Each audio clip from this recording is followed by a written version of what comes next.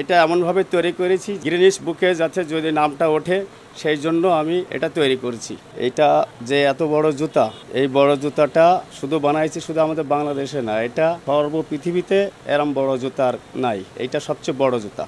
মানে এটি কি আপনি মূলত বিশ্ব রেকর্ড করার উদ্দেশ্য নিয়ে বানিয়েছেন না অন্য কোনো উদ্দেশ্য? জি জি, এটা যাতে বিশ্ব রেকর্ড হয় এবং দর্শক দেখে যাতে খুশি হয়, যার জন্য এটা বানাইছি। আপনার এটি তৈরিতে কেমন খরচ হয়েছে? এটা খরচ হয়েছে আমার 49,900 টাকা খরচ হয়েছে। এটা আপনি আর কি করেন এ বাদে? আমার এখানে ছোট্ট একটা দোকান আছে, এখানে জুতা স্যান্ডেল তৈরি করি এবং পুরাতন কাজও করি আর কি। অনটনের সংসার বললেই চলে। জি জি জি, তার ভিতর থেকে আপনি এত টাকা খরচ করে প্রায় 1.5 লক্ষ টাকা। আমি এটা করেছি শুধু মানুষের যাতে খুশি হয়, দেখে আনন্দিত হয়, যার কারণে আমার খরচাটা হলেও মানুষের যদি আনন্দ লাগে তো সেটা আমার কাছেও ভালো লাগবে, যার জন্য আমি এটা করেছি। যারা আসছেন দর্শনার্থী তারা কি তারা দেখে অনেক উৎসাহিত করে এবং বলে, দাদা আপনি খুব একটা ভালো জিনিস বানিয়েছেন। এটা আমরা আসলে এটা দেখার মতো জিনিস, অনেক দূর দূরান্ত থেকেও লোকজন আসে এটা দেখার জন্য। আমাদের এখানে শুধু বৃহস্পতিবার বাজার বন্ধ, বন্ধের দিন শুধু বন্ধ থাকে, আর প্রতিদিনই খোলা থাকে আর কি। এই জুতো কি আপনি বিক্রি করবেন এটা? না না, এটা বিক্রি করব না, এটা শুধু মানুষের দেখার জন্য আর কি এটা তৈরি করছি আমি।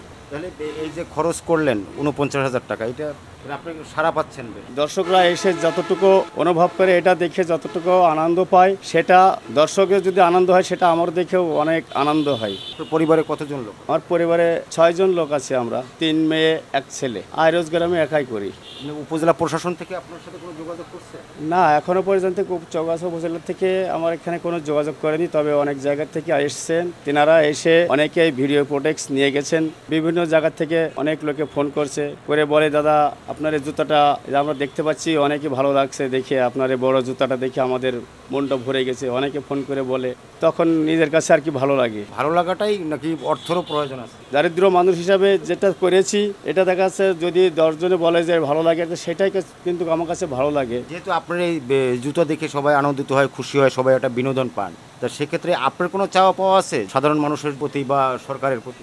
সাধারণ মানুষ তো দেখে সন্তুষ্ট হয়, তারপরে যদি এটা সরকার দেখে যদি যদি কিছু একটা করতে চায়, সেটা আছে তিনার মনের ব্যাপার। এখন সরকার কিছু করতে চায়, সেটা দেখা যাচ্ছে তিনি করতে পারেন। এটা এমনভাবে তৈরি করেছি যাতে গিনেস বুকে যাতে যদি নামটা ওঠে সেই জন্য আমি এটা তৈরি করেছি।